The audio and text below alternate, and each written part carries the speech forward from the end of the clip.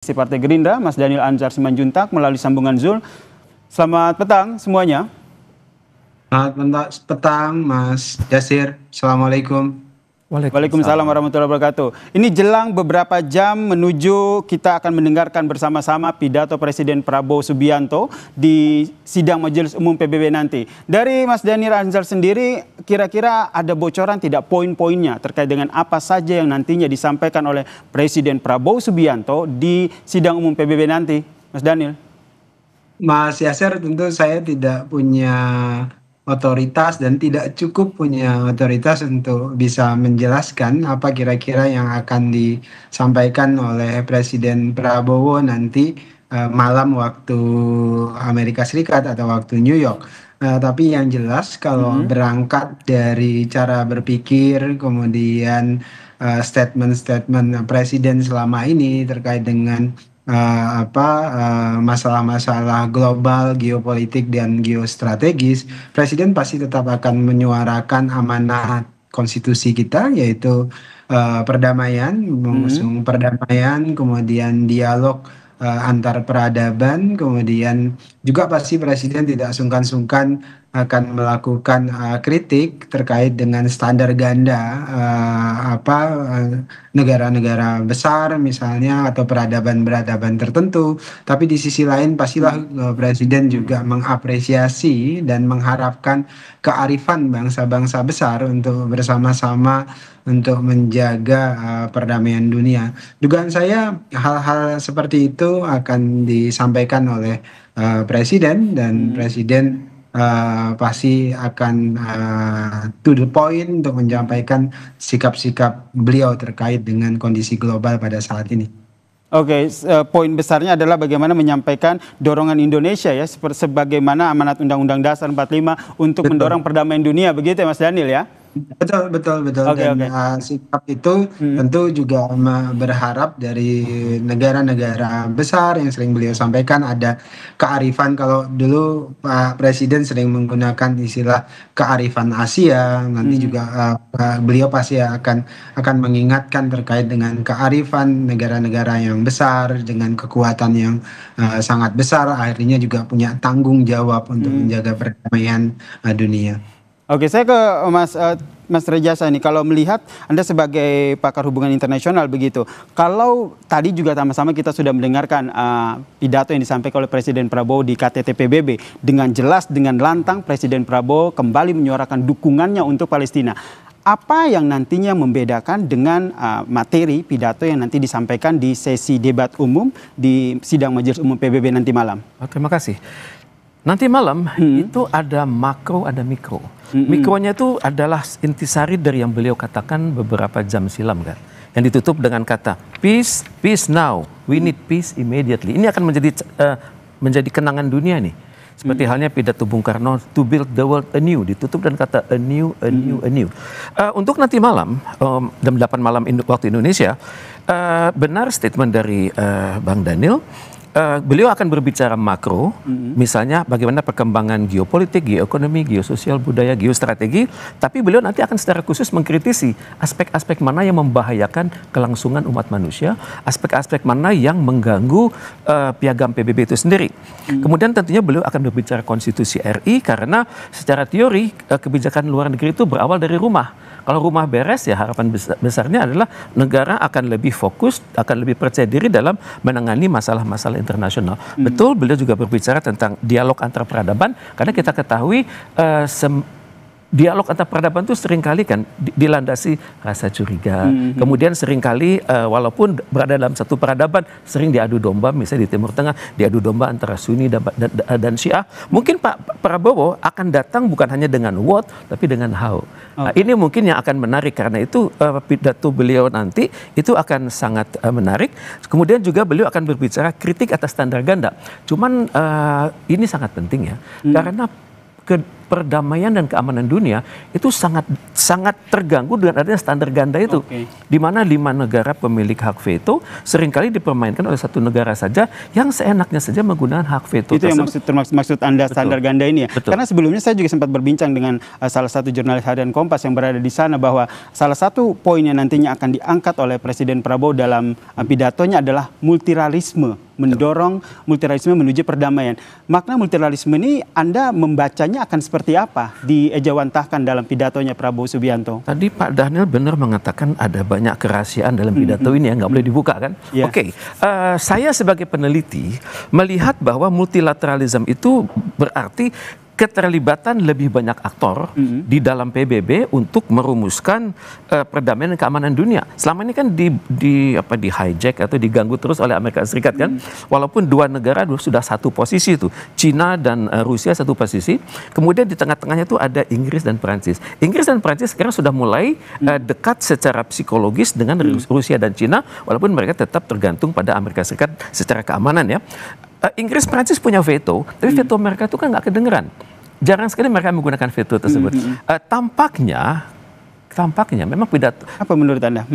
Memang pidato nanti malam itu akan legendaris itu, akan menjadi memory of the world ya. Saya pikir ya, saya memberanikan diri berpikir Indonesia akan mengajukan ide perluasan keanggotaan Dewan Keamanan PBB. Itu yang menjadi salah satu menurut Anda yang akan disampaikan oleh. Kita ke Mas Daniel. Mas Daniel, tentu ini masih menjadi rahasia dari Presiden Prabowo Subianto. Tapi yang tadi pas pertanyaan sebelumnya Anda sempat menyinggung bagaimana gaya dari Presiden Prabowo Subianto dalam menyampaikan pidato. Tentu ini penting karena waktu tidak banyak, hanya 15 menit dan pidato tersebut harus menggelegar begitu, harus mengguncang dunia. Menurut Anda gaya apa yang nanti disampaikan ataupun gaya yang digunakan Presiden Prabowo dalam menyampaikan pidatonya? Tapi jangan dijawab dulu ya Mas Daniel ya. Oke, kita jeda dulu. Perbincangan kita lanjutkan usai jeda. Tetaplah bersama kami di Kompas Petang.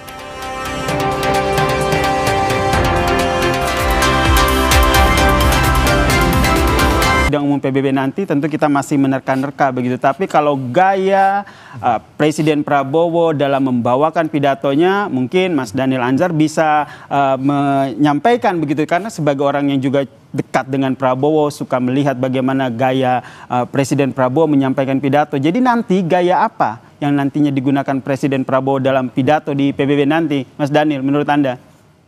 Mas Yasir, saya berkeyakinan penuh Pak Prabowo sebagai presiden pasti akan menyampaikan pidato to the point. Artinya beliau akan straight to the point, kemudian kritis, pasti ada pesan kritis yang tadi mungkin ada kritik terkait dengan double standar yang selama ini juga beliau suarakan. Kemudian tapi selain kritis pasti ada solusi. Betul tadi yang disampaikan oleh Prof. Pasti ada solusi yang ditawarkan. Mungkin ada kebaharuan terkait dengan penyelesaian konflik. Misalnya ada masalah-masalah geopolitik dan geostrategis. Tapi jangan lupa pasti juga ada gaya yang persuasif diplomatis. Nah, semua itu pasti dibingkai dalam konteks nasional interest kita, terutama amanat Undang-Undang Dasar 1945. Pak Prabowo itu ketika membingkai diplomasi internasional selalu kemudian beliau kaitkan dengan nasional interest kita, dan selalu itu yang beliau bawa. Dan pastikan saya punya keyakinan ini seperti tadi disampaikan oleh Prof, ini akan menjadi sejarah baru dunia diplomasi internasional kita, karena Pak Prabowo punya daya tarik sendiri ketika bicara di kancah internasional. Bahkan saya suka berseloroh ke Pak Prabowo itu bahwa pidato beliau dalam bahasa Inggris itu jauh lebih bagus ketimbang pidato beliau dalam bahasa Indonesia. Dan itu tadi sudah dibuktikan ya di pidato KTT PBB yang sama-sama kita dengarkan tadi ya Mas Daniel ya. Jadi vocabulary bahasa Inggris Pak Prabowo itu sangat banyak, dan kadang-kadang ada vocab yang kita nggak tahu persis tapi kemudian bisa keluar dari Pak Prabowo, dan saya pikir itu salah satu daya tarik beliau ketika di dunia internasional. Saya berkeyakinan pidato beliau akan cukup charming lah, kira-kira begitu.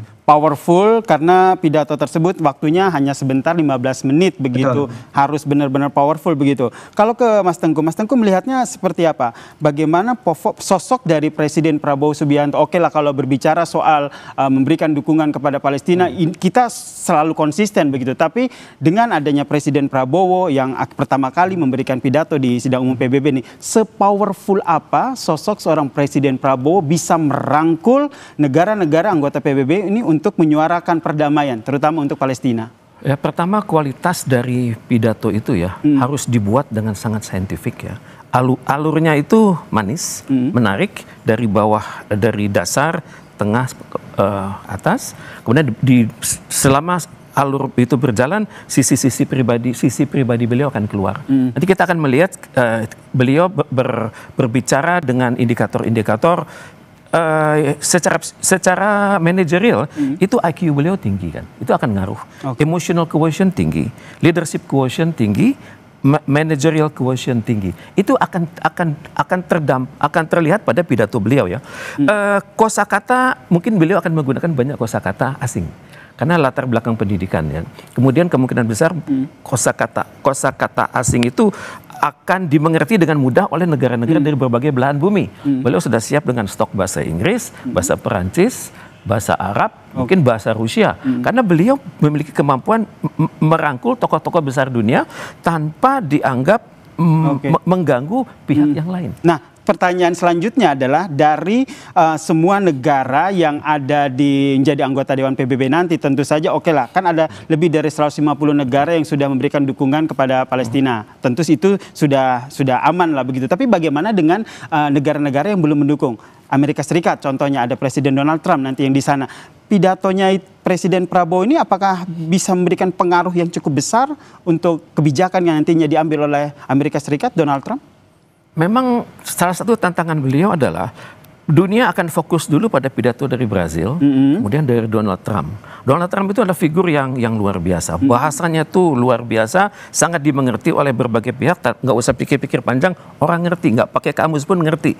Dan untuk itu kan tentunya Pak Prabowo sadar bahwa tidak perlulah menantang Donald Trump dengan gaya Donald Trump kan, tapi dilawan dengan elegan. Saya pikir beliau mampu melakukan itu, dan nanti pada saat mengkritisi kepemimpinan global Amerika Serikat, mungkin bahasa yang digunakan beliau itu sangat halus.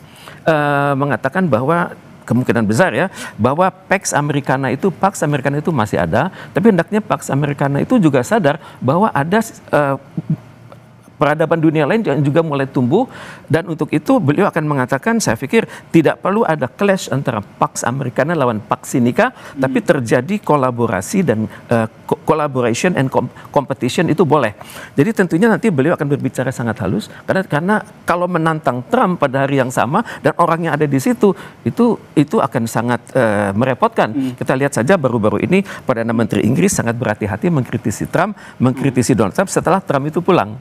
Jadi berhati-hati ya. Berhati-hati sekali. Mas Daniel juga melihat yang sama terkait dengan kritik terhadap kebijakan Presiden Amerika Serikat. Ini juga butuh kehati-hatian yang nantinya disampaikan oleh Presiden Prabowo Subianto.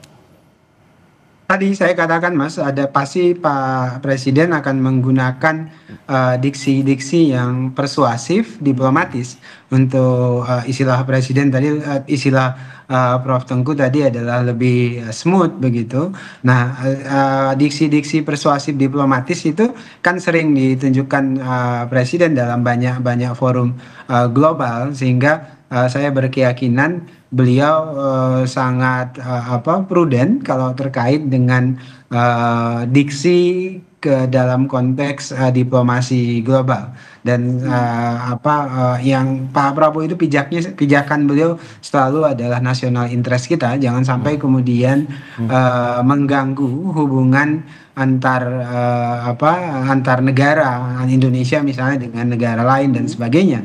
Karena prinsipnya Presiden tentu ingin punya teman lebih banyak, musuh satu itu terlalu banyak, teman 1000 itu terlalu sedikit. Prinsipnya itu.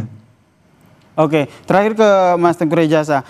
perwujudan dari upaya untuk mendorong perdamaian Palestina dari forum ini. Ada 150 lebih negara yang sudah mendukung, tapi kita tahu di sana bahwa ada Dewan Keamanan PBB, salah satu Amerika Serikat yang punya hak veto di sana. Menurut pandangan Anda, ujungnya kemana nih upaya perdamaian untuk Palestina?